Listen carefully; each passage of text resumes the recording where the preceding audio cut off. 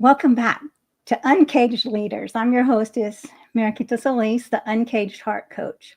This show is dedicated to the successful man who's ready to end the soul war and build a life of genuine courage and purpose. Today, I'm thrilled to have as my guest former professional basketball player and the flow state master coach, Anže Kos, or AK. AK discovered the key to consistent peak performance, the flow state, that place where distraction fades and you perform at your absolute best. But for AK, this isn't just a fleeting moment on the court, it's a life skill. Today, we'll discuss how men can achieve true excellence by moving beyond sheer drive and embracing mental mindset mastery and emotional intelligence. AK helps his clients unlock their full potential and thrive in every aspect of life. Join us to learn how to apply the principles of a champion's mindset to end the soul war in your own life. And if you're watching now or on the replay, please put your comments and questions. So, welcome, AK. Thank you for joining us today. I'm really excited about our conversation. Thank you for having me. So, I'd love to find out a little bit about your childhood, AK, and what it was like. Did you grow up playing a lot of sports? I mean, did you always feel like sports were a part of your life? Yeah, so I actually started with soccer, which is like we call it football here. That was actually my first sport. But then I really loved chess when I was a kid. I still do.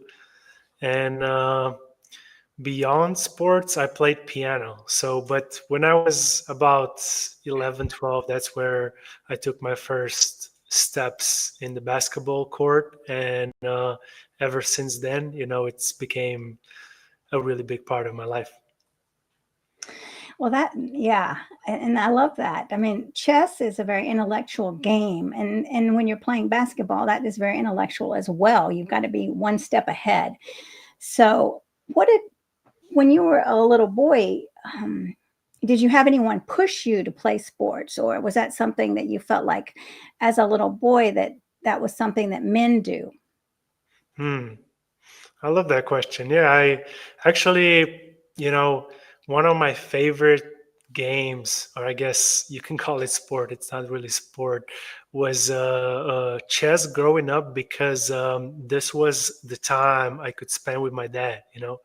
This was the time I got to spend with my dad because my dad tend to be very busy businessman. So the time we did spend together, we often played chess. So it really grew on me.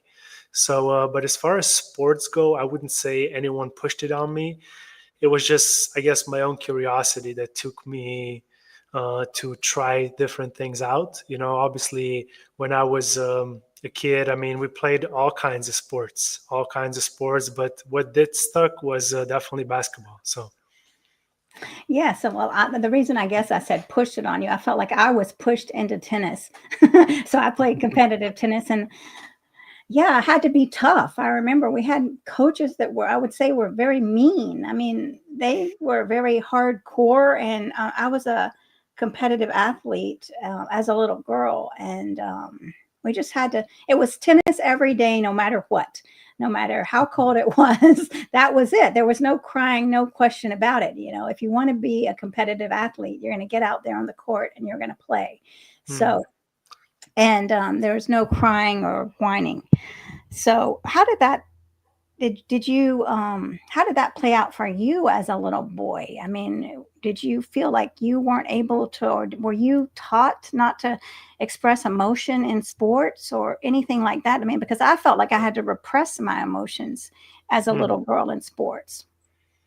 Like when I was like young, I guess little, yeah, as you called it. I don't know. There was no pressure. I remember there was a lot of parents who, pushed sports on their kids. Like that was not for me. That was not the case for me. Like my family is very, comes from like a musical background. Like everyone did sports in my family, but they are more so connected to music. So for me, I wouldn't say it was pushed on me at all. It was just like I was just a kid, just enjoying playing sports, and I did have, my first coach was very intense, so he was very hardcore at times, and when my family came to the game, especially my mom, like it was really hard for her to watch how someone is yelling at their own kid, and it was kind of funny, but sports taught me very soon that it's never personal. Like if like coaches are hard on you, if they are, however crazy it might look from the outside view, like I never took it personal, at least not most of the time, so it taught me from a very young age that when like coaches are emotional and they get yell at you and they cuss at you and they say all this mean stuff to you. I mean, for me, it was just like a part of the game. It was nothing big, and yeah, even to this day, I don't, I most of the time I have not taken it personally. So Well, that's good. I'm very sensitive, and I wouldn't be crying all over the place, but I might feel bad. So, yes. Um, and no, I do remember actually there was a one mother that she pressured her daughter so much that her daughter had a mental breakdown, and mhm, they came back to play, and the poor daughter was just like this, and we were all thinking, what is she doing here? Because she obviously shouldn't have been playing. I mean, and the mother would get her to cheat and all sorts of craziness.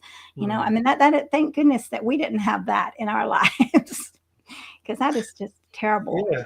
Yeah, like now I reminds me of my own stories when, parents are more involved in the game than kids. Like, I mean, it happened all the time. Like, like, I mean, the thing was for me that, I wasn't that good. Like, I didn't stand out, and I mean, sometimes I played okay, but it was nothing special. Like, there was all these kids who were super, super talented, and parents were super, super into it, and they were like really pushing them and yelling, and from the sidelines. I mean, let the kids play, let the kids be kids, it's like, and often or not, then the story you just told, I just remember like we had like this amazing, unbelievable national team player, when I was just starting out, and he was supposed to be like the next Luka Doncic, like he was just so good, but eventually when he was like 18, he quit.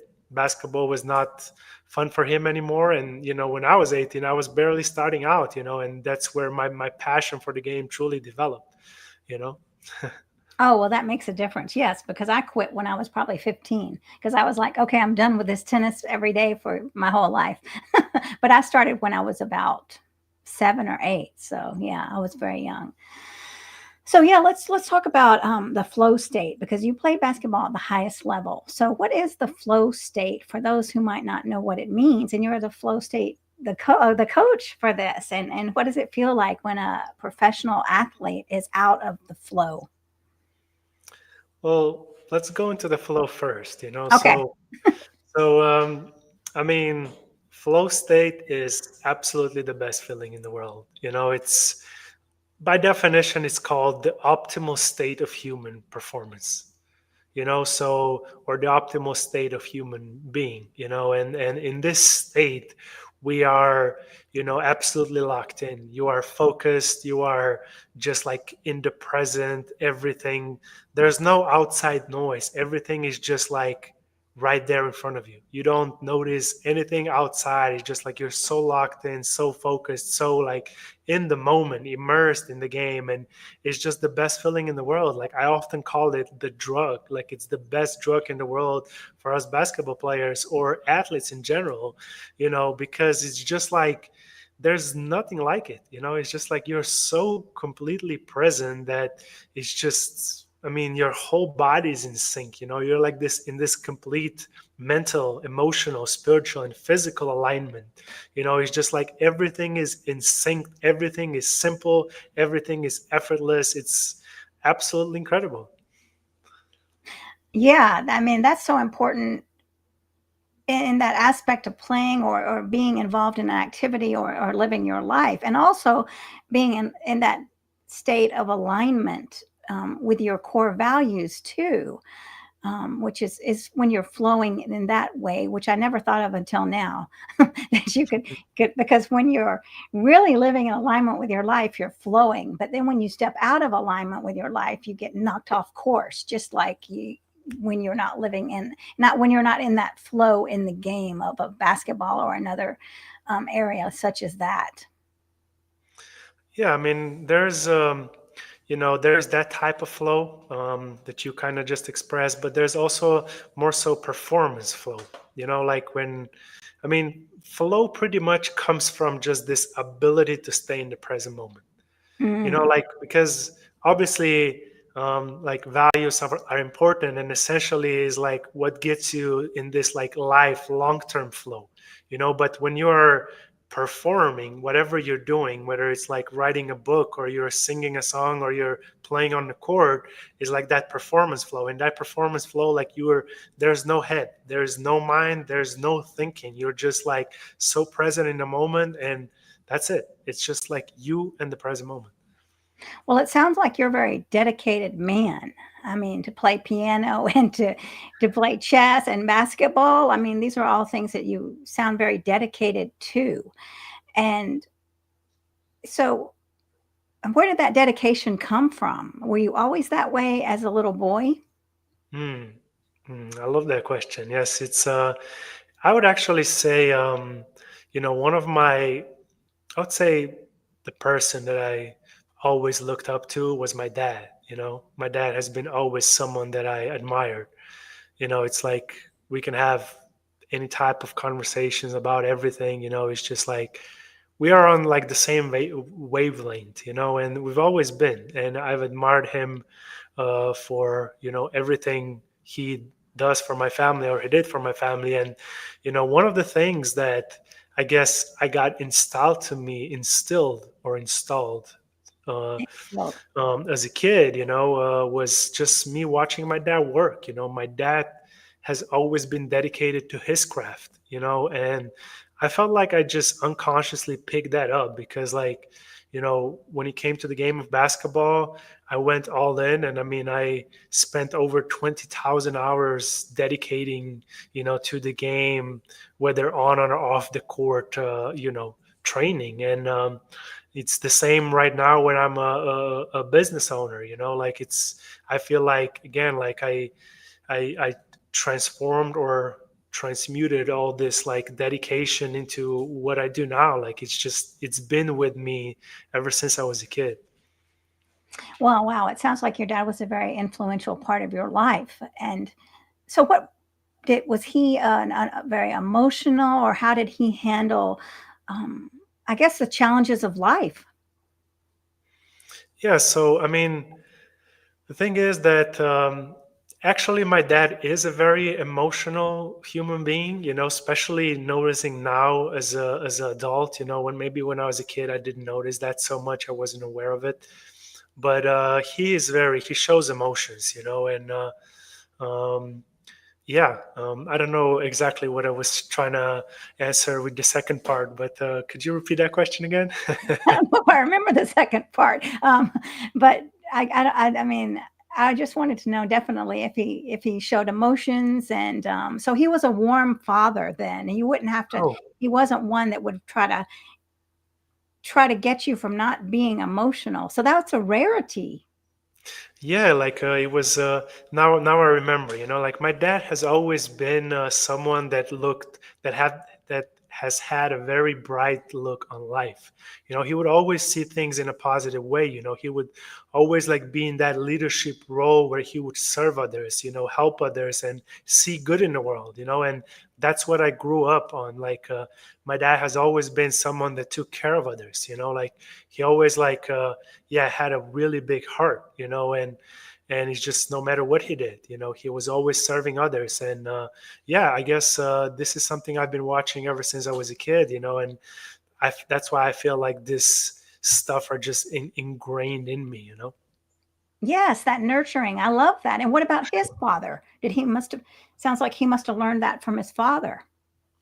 Wow, wow. That's you see, that would be a logical conclusion, but no. Actually, his father left him when he was 5 years old, so he doesn't even know his father. So I would say honestly, there are times, or there have been times, where my dad was very much like threw himself into work and wasn't spending maybe as much time as we would like as a family with us. So there's definitely a part of that, but the other part is just like he's definitely been oh, there's something going around here, so I had to move it away. Anyways, um, yeah, like but on the other side, I mean, he's always been around us, and like he has been a really great father figure. So, but no, he didn't have that example with his own father. However, he had a grandfather that took care of him, and he really showed him how a man is supposed to be. So I think he got that from his grandfather. Well, that's wonderful, definitely. So tell me how a man is supposed to be. Hmm. Let's get to I want to hear about this. Let me How get a ready. man is supposed to be. Wow, that's a deep one. I think above all, he's supposed to be someone, a good leader. Like someone who has a big heart, who has a servant heart, who understands, that he is given a leadership from God to take care of, whether your wife or your family. So I think beyond, I mean, above everything, it's supposed to be a good leader. Someone understands what good leadership is all about. Yeah, I love that you put the service with leadership. Most people don't say that, right? They might say, well, they have to be very strong. They have to be very other things that you don't usually hear service. And that is so important, service. And that also, when you're serving others, you're showing up in a different way of more accessible communication. You're not putting yourself over them. Hmm. Exactly. I mean, that is literally leadership. Um, Leadership is about service. I mean, good leaders owned their purpose. Like people like Nelson Mandela comes to mind. Or like Martin Luther King, or like, for example, Jesus. Like all these people like owned their purpose. They lived their purpose. Which is like one quality of the good leader. And then the second one is like to truly understand that it's not about telling people what to do, but about being in charge and serving the people, that you're in charge of. So, again, that service is definitely a big part, if not even the definition of leadership. It definitely is, and I love that what the people you're talking about, and it's also being vulnerable and not thinking you know everything or everything's perfect. And so, what do you admire about the people you mentioned? And I'm going to change this. It should be saying uncaged leaders. So now that's an example. I'm going to say that I'm not perfect, so I'm going to change it while you explain. Tell me the trait that you like about the people that you mentioned. What is it about their leadership that you Oh, it's no problem. Life is perfectly imperfect. So, right? but I mean, what I admire about them is, they really owned their purpose. They didn't shy away from, they were from their purpose. Yeah, like they didn't shy away from their role, like what they were supposed to do. Like they had so many, literally most of them. Like if you look at Nelson Mandela and his story, he spent 27 years in prison fighting apartheid in South Africa, because he stood by his like values. He stood by what he said, and he inspired others, and he didn't back down when there were hardships, and it's the same with like Martin Luther King. Like he fought for those rights. Like Jesus, I mean, he died for humanity. Like they didn't back down. They understood what they were sent to do on this planet, and they never shy away from, their what they're supposed to do, their mission, their purpose. So this is definitely something that or people that I admire, and I strive to do the same. Yeah, and you said something very important, purpose, right? There's so many people out there that don't have a purpose, or I'll ask them, what are you living for? What's your purpose? And they look at me like I'm crazy. So Mm. how would you call a man back to his purpose? Someone that maybe has no idea, right? They're going through the motions every day, right? And that's really disconnected from that inner soul, I would say. I mean, would you agree with me there? Yes, and I think our purposes change throughout the lifetime. We might have multiple purposes, and the thing I always tell my players, it's like that I feel like goes a long way with everybody would be to follow your curiosities. Okay, because if you do that in life, if you follow the things that you're curious about, that you're interested in, that you're passionate about, where heart is leading you, no matter what other people might say, if this is something that is calling you, okay, then just follow it. Okay, and then you will sooner or later figure out what your purpose is. So I think that's like the most simple and straightforward advice I can give. Yeah, well, that's very good advice. And when you're working with men, do you see them where they do not want to show feelings or emotions or have a difficulty with that? Hmm. Yeah, that's a great question. I think generally as a society we are. I think this is slowly changing, but often we see men as those who are like very, cold. Not expressing emotions. Like it's kind of like um, being fearless means you're not emotional. Like you don't express emotions. Like being like this cold blooded. And the thing is that like emotions are actually, especially in sports, are an extra battery. Okay, so emotions like I always say like emotions are not to be thought about, they are to be felt. Like emotions are there to feel. Like if you can feel emotions, then you don't block emotions, and if you feel emotions, then especially for athletes, and I guess for everybody, all men, all women, you know you can channel them, you can transform them and transmute them into the game or whatever it is that you're doing in your life, right? Like it's important to feel them, because that way you can use them to actually do something good with it. Otherwise, if you just suppress them and you don't feel them and you block them, then sooner or later they're going to come out in like ways that are not helping yourself and others. Yes, they are going to come out. They're coming out no matter what. So, yes. And it's interesting because I see many emotional men, um, I guess in the news or whatever you want to call it, let's say, and they're not defined as emotional, because anger isn't. They would say, "Oh, that person's angry," but then if a woman cries, she's emotional. But if a man gets angry, they're not defined as emotional. And Yes, so true. crying, yeah, so crying is a weakness, right? So did you, when you grew up as a little boy, did you see this, or did you get the message that women are weak and they cry, and we shouldn't be like that? And how is that in, yeah, just go ahead and answer that one question before I start asking you 100 more. Yeah, so that's a great topic, and the thing is, like when I was a kid, I suppressed a lot of emotions. I wasn't necessarily aware. It's just like I was being a kid. Like I don't know.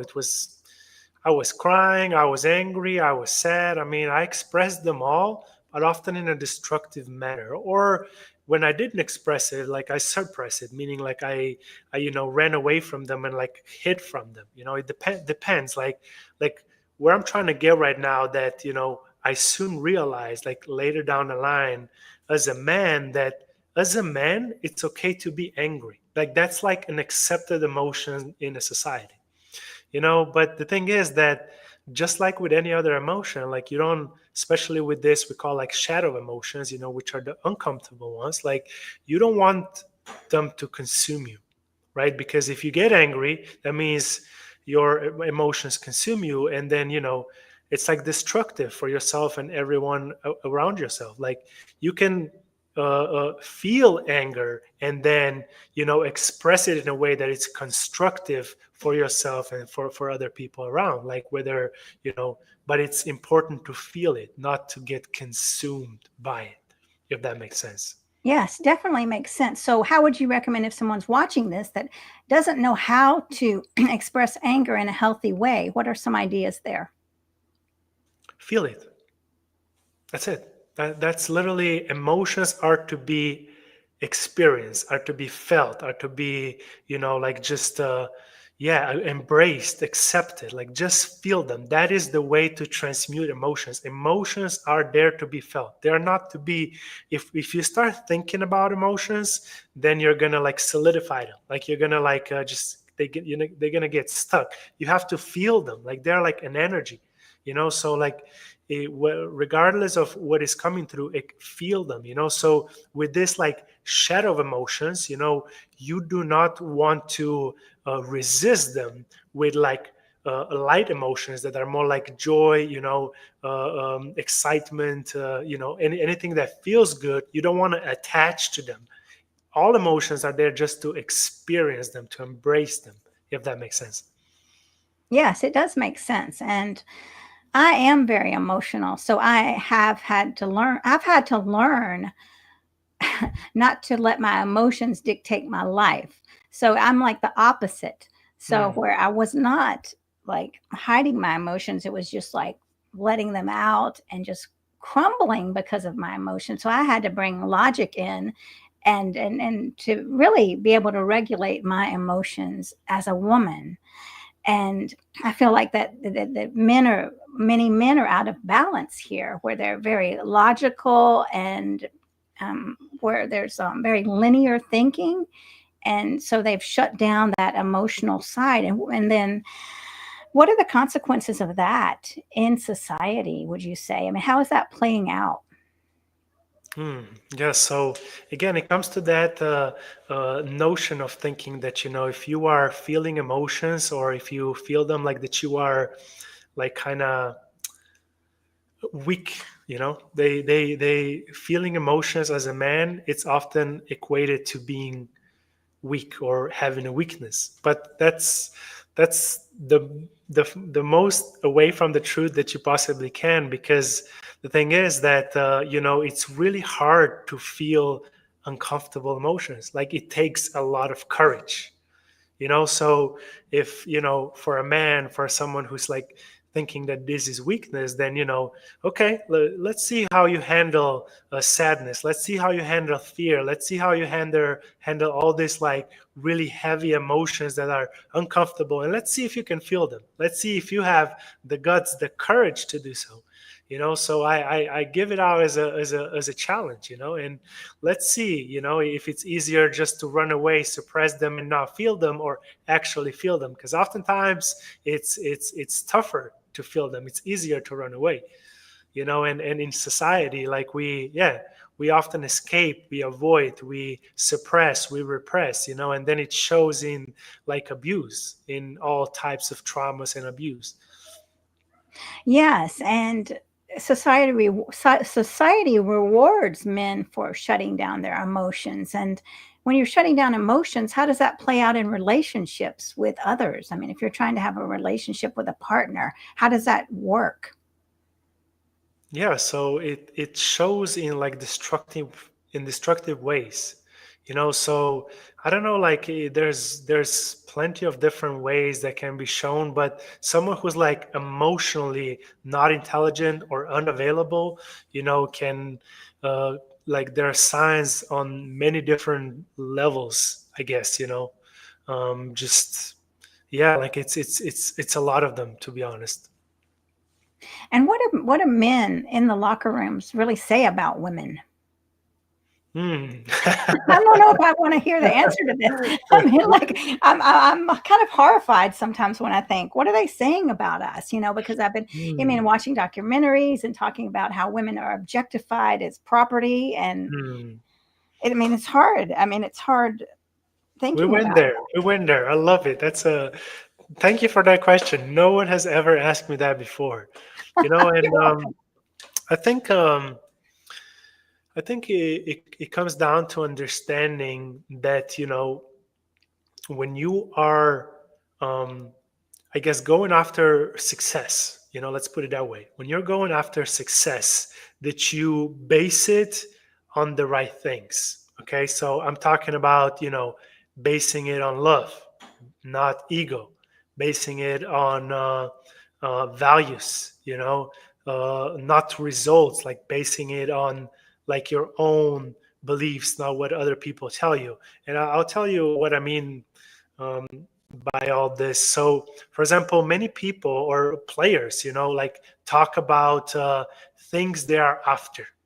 So locker room talk. Like I'm after money, I'm after results, I'm after status, fame, cars, women.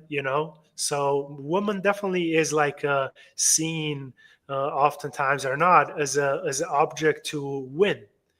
But I mean, long story short, those people, those players, those athletes that truly understand what the definition of success is all about, they understand that it's about love. It's about not chasing and going after those things I just mentioned, but having like this strong independent um, identity of things, of where you base things in love, in values, like growth, dedication, like discipline, uh, you know, just loving what you do rather than going after things, going after women, going after money, fame, status. So yeah, definitely seen as objects many times. Yeah. And what about for the man that stands up for women? Do they get made fun of? Or as a boy, if you stood, I mean, I've heard many boys not being able to stand up for something they knew they were doing is wrong, but they couldn't do it because they would be made fun of or be kicked out of a men's club or a boys club. I mean, and they were too afraid. Yeah, I mean, definitely. I mean, it's the same often in sports, especially in professional sports. It's very ego based, so it can be like those situations definitely occur, and sometimes people do step up, they say something, this is wrong, and sometimes they don't. Like um, I don't know. Personally, I've been around a block for a while in the game of basketball, so I've seen it all. But essentially, what I truly understood, if like if there's things or ways that I feel like are not up to my standard, or what the people that I want around, like I either like surrounded myself with different type of people, like I wasn't a part of that, or if I saw that there's like something wrong done, whether it's to women or to kids, or they are doing something that I don't feel like it aligns with what I believe in and my values, like yeah, I would step in and say something. But definitely it's not it's like what leaders do, and it's definitely not like a very what would you call it, often it's hard to stand away from the crowd, and be seen as different because people want to fit in. So yeah, definitely it's a great encouragement. Yeah, it's very hard, and there's so many little boys that lose their enthusiasm for life because they've learned. I mean, they're out there being themselves and being authentic and curious, like you're saying, and then they learn, I can't be like this, I have to shut down, and the repercussions of that are terrible in life. So I mean, it's a high stakes game for little boys and women too. I mean, everyone getting in their own box and being who society says they have to be. And how does that even work when we have two people that are pretending and trying to make a relationship work? I don't. I mean, there's so many. It's very hard to find an authentic relationship, I would say. And what would you say about what would an authentic relationship look like? Like especially as far as like my teammates go, or what exactly you mean by that? Well, yeah, let's talk about teammates and then maybe a relationship with a partner. Hmm. Because, I mean, with your teammates, I mean, I wouldn't think that they would all be just so open hearted like you. Well, like it's life has a funny way of showing you things, and I always believe this saying, which is actually a part of my leadership section inside my program, is like what you give is what you receive, and I feel like, yeah, like what you give away is actually what comes back to you, and as a leader, it's understanding that when you serve others, others will serve you. When you put others above yourself, others will put you above themselves, and those like when you have that servant heart, and when you have an open heart, and you embrace and accept and understand people, and you meet them with where they are, then it's much easier to truly kind of get in their hearts and make that change, that positive change, and bring that like winning type of chemistry into the team. So yeah, when it comes to like building authentic relationship, yeah, like it's what you give is what you receive. So often if you're only in it for yourself, that's what is going to come back to you as well. So yeah, if you want to be authentic, go from that direction. Well, that makes definitely a lot of sense. So, if you had a daughter, knowing what you know about men, how would you protect your daughter from, from being hurt and being treated as an object? What would you tell your daughter? Mm. Another hard question. Yes, you're giving me some good ones today. So, like I think I had that conversation the other day.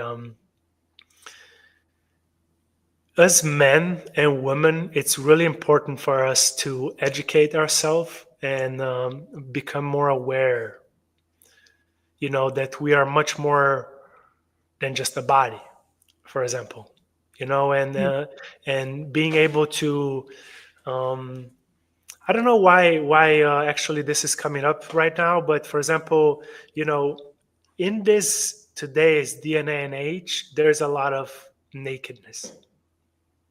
Okay, so there's a lot of like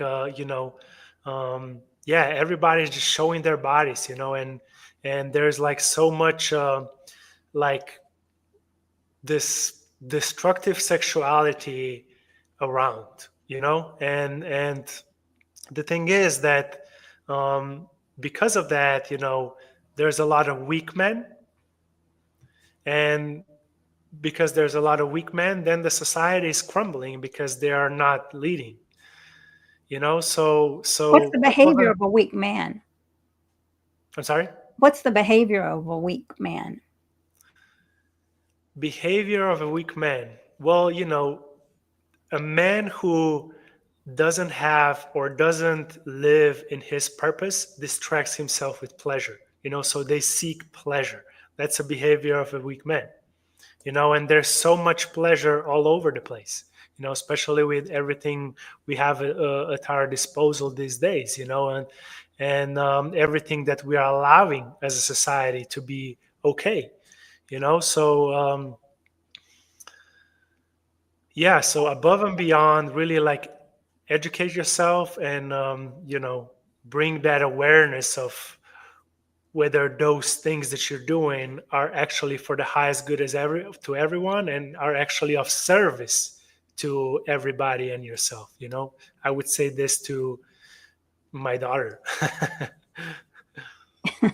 What would you teach her about if she was like in elementary school and the boys were saying you're a girl and girls are, like girls are weak. I'm a boy and I'm strong and you're not. What would you tell your daughter then?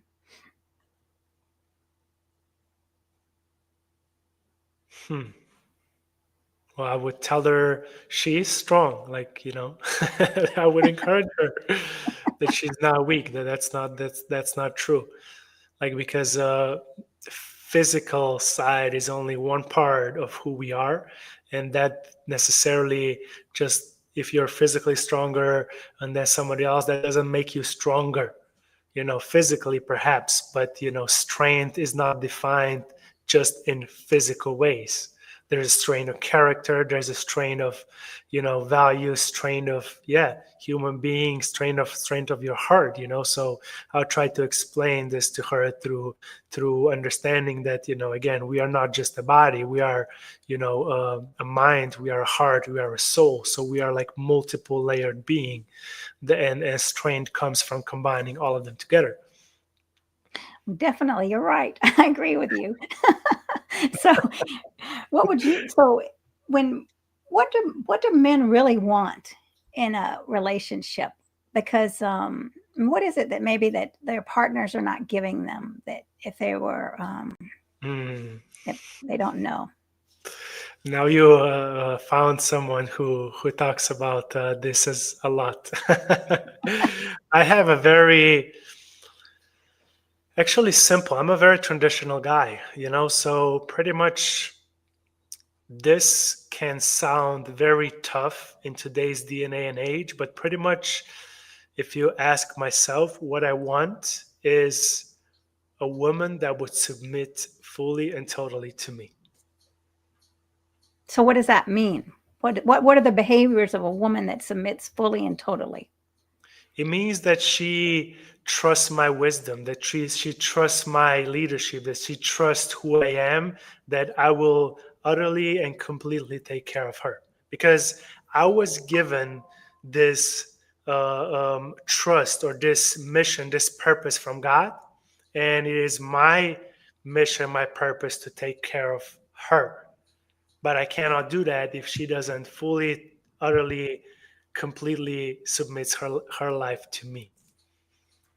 All right. So there's a lot of women that would say, wait a minute, what are you talking about? Right. Yeah. I'm independent. I'm not going to submit totally to a man. Now, right. They're saying they would say, you're crazy. Right. Yeah, So I know.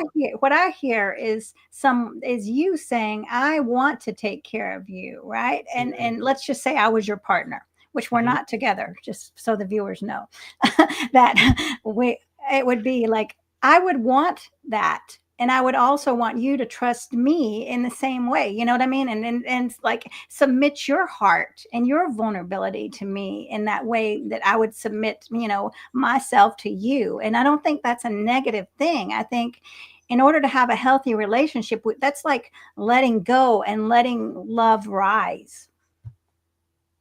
Yeah, yeah. You're onto something there, definitely.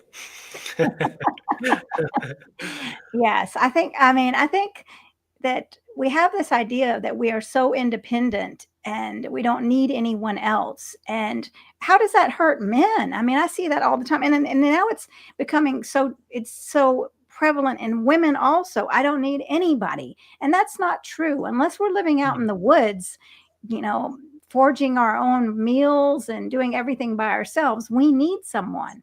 Yes, definitely. Definitely. I mean, we need each other. We are made in this perfect balance together, as a man, as a woman, as a feminine, as a masculine energy. Like we are made for one another. So it's like two pieces of the puzzle that fit perfectly together. So we have different qualities that we bring, and there's definitely, we all need each other. Yes, we do. You're right. And so, what about a friend of mine said to me the other day that he wanted to show his feelings to his partners, but they would turn and use that against him. Mm. Yeah, that's where emotional intelligence, emotional awareness, emotional understanding comes in. So you never want to use men's vulnerability to you against him, because he will never open up to you again. Has that happened with you or No, no, it good? has. It hasn't. I just know. It's just such a hard thing to do as a man. It's like to truly open those that window where you express your vulnerability to someone, and then for another person to use that against you. That's the worst feeling in the world. Well, actually, it has happened to me.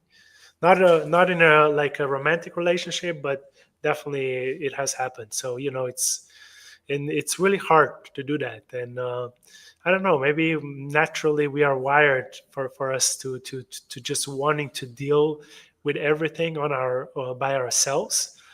So when we truly get to that phase where we do share and we are vulnerable, please, like, protect that, not use that.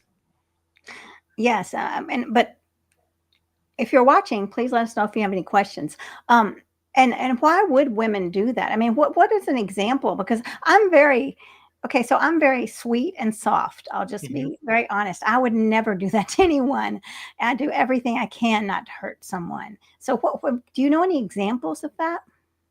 Yeah, so I mean, we get into our we get emotional, like emotions consume us, and then we say things that we don't mean. But that can literally, that acting out of ego can often strike a dagger to someone's heart, and then you get an emotionally unavailable man. Yes, and that's the thing, right? I mean, women can be very critical of men, and it really hurts. I mean, I've heard the stories of the pain that men have shared with me about critical, overbearing women, and also being afraid to lose their sense of self with overbearing, and that's just the fear of that's just not having confidence in yourself when you want to control someone else. I mean, having to control someone else is lacking in your own self-confidence. Yeah, like what came to me when I was listening to you was that um, I feel like someone who has a strong, like, this emotional depth and just understanding of themselves, it is required to do so as a man, so that you are able to lead a woman. Because without that, like, then like, relationship doesn't work. So it's really important that you master that as a man. Like, this is something that truly helps understand women as well. Right. Yes. And so I used to focus on women, coaching women, and definitely one of the things I would say is to allow the man to be a man. Like, let him help when he wants to help you. Let him lead you. Right. Just the other day, I had a friend saying, "Well, I wanted to help her. Her apartment was having issues, and she said, I can do it all. I don't need your help." And you could see that he was hurt by that. And Yes, of course. Of course. I mean, above and beyond is, you know, it's we're not saying that you can't do it.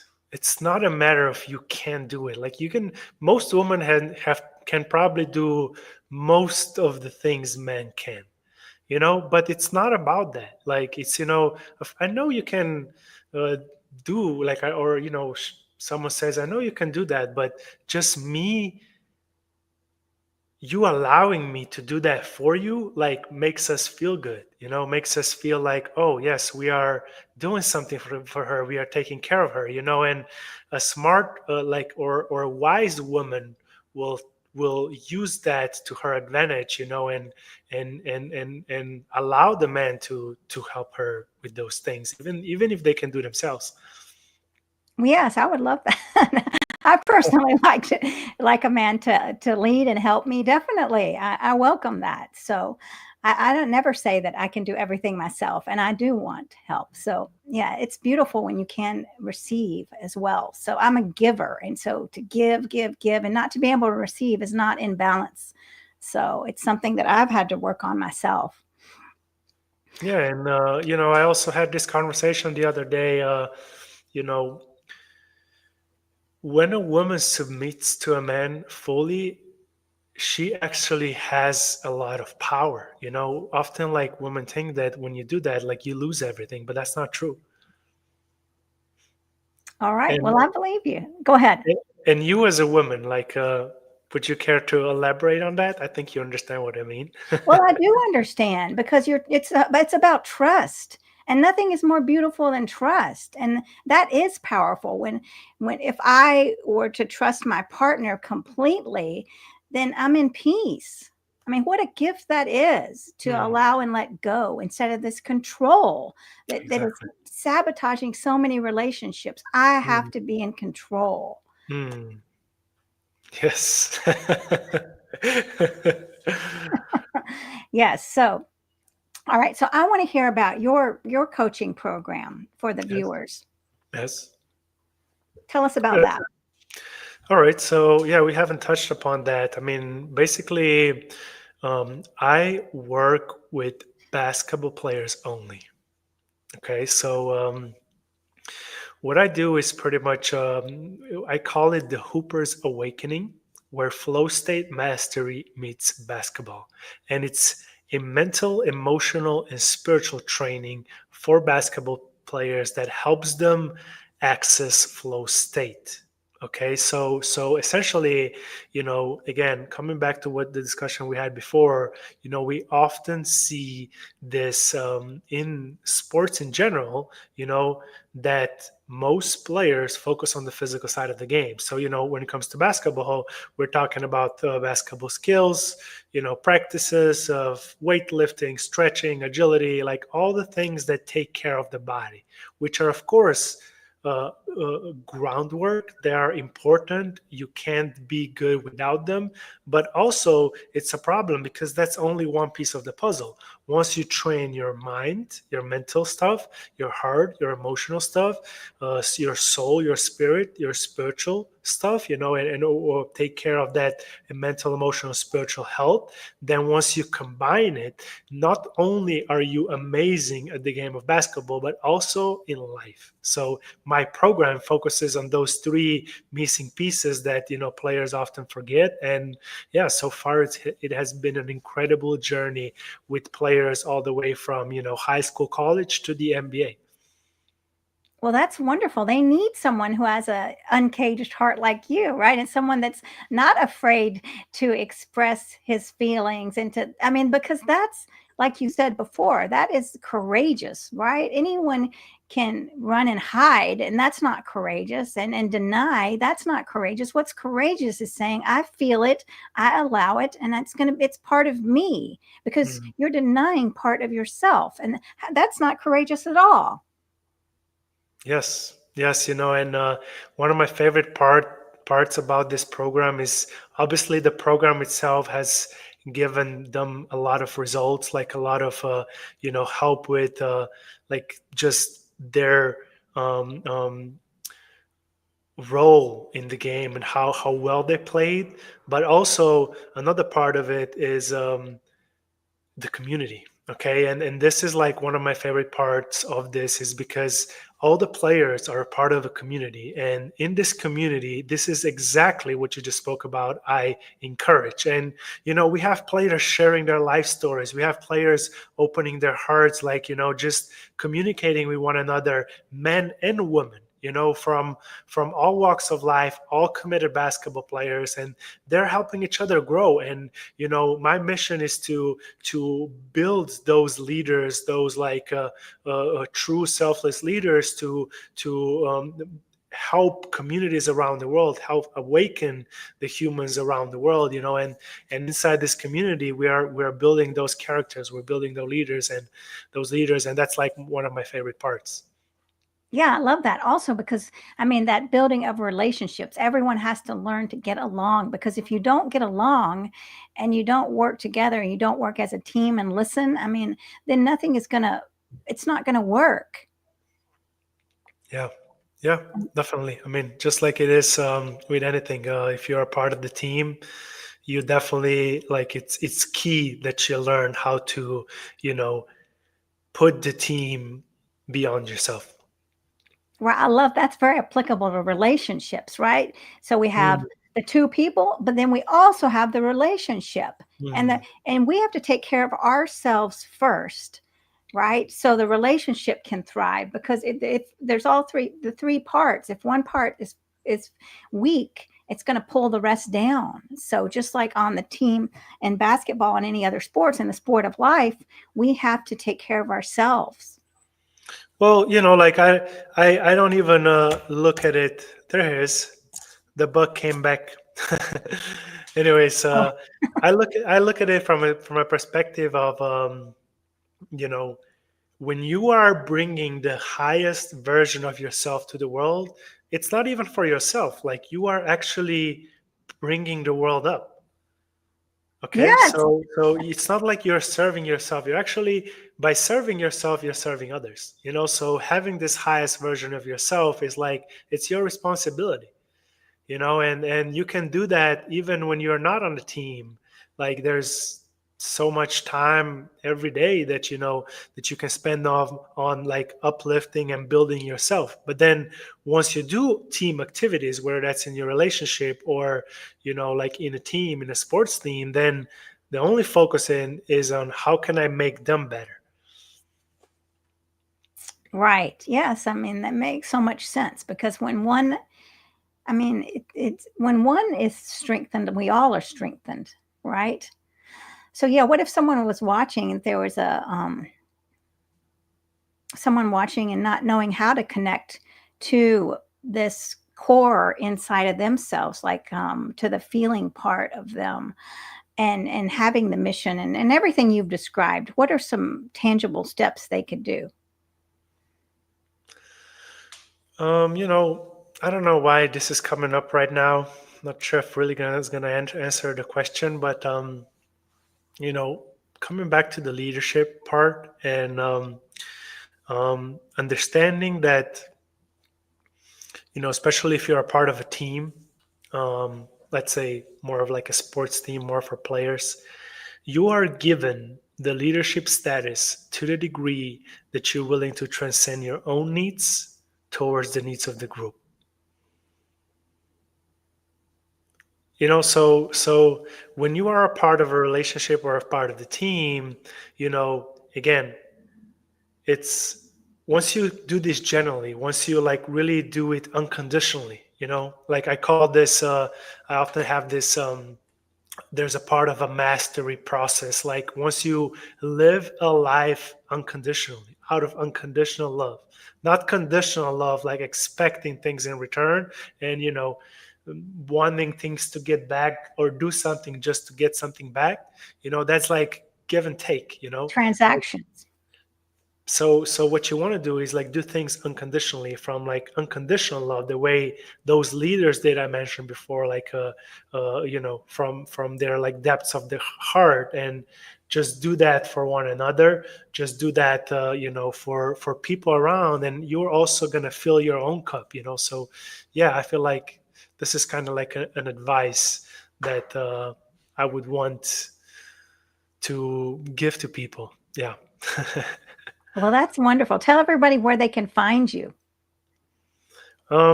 So I'm pretty much all over the place. You can type in my name, just on social medias. You can find me on social medias. But also my program specifically, it's called the Hooper's Awakening. So again, you just type that into like Google, and it will take you to a website, and yeah, you can check all the informations out. Right. And this is for male basketball players, is that right? Or any basketball players? Any basketball players, men and women, I have both there, and you know, most it's this program is very advanced. We go very much into depth. So I would say, like late high school is like the ages where we start, and then college and pros. All like the oldest player we have inside right now, it's 36. So. Wow. Well, it sounds fun. I wish I could do that with you all.